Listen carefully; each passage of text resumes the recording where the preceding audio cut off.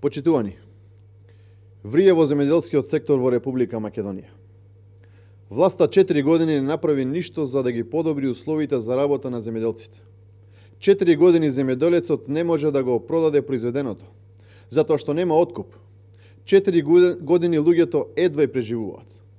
И не само што не се исплатени субвенциите за минатата 2020 година, за кој крајен рок за исплата беше јуни 30 оваа година, туку доцнати субвенциите за 17, 18 и 2019 година.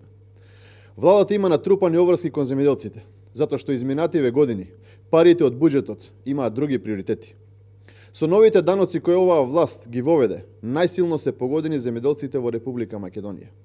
Само заради Зоран Заев, при секое точење гориво, земјоделецот плаќа 10 денари повеќе отколку претходно, а со новата зелена такса тоа ќе бидат 14 денари. Овие 10 денари по литар гориво за земјоделецот се преголеми пари и токму тие пари се нивниот одземен профит, нивната живеачка. И кога им одзема се, Заев сега сака да им ја земи и земјата. Со новиот закон за продажба на земјоделското земјиште, Заев ќе ја земе земјата од рацете на индивидуалните земјоделци и ќе ја даде во рацете на грст мокници. Заев со овој закон сака да поаргати повеќе од 100.000 граѓани ширум Република Македонија.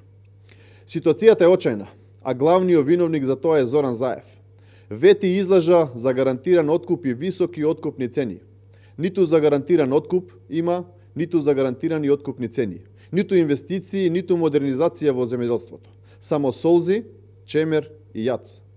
Од тие причини ВМРО ДПМН соочествува со земјоделците и ги поддржува во нивните барања за исплата на заостанатите субвенции и мерки, повлекување на законот за зелена такса, повлекување на законот за продажба на земјоделското земјиште и воведување на заштитни цени за сите земјоделски производи.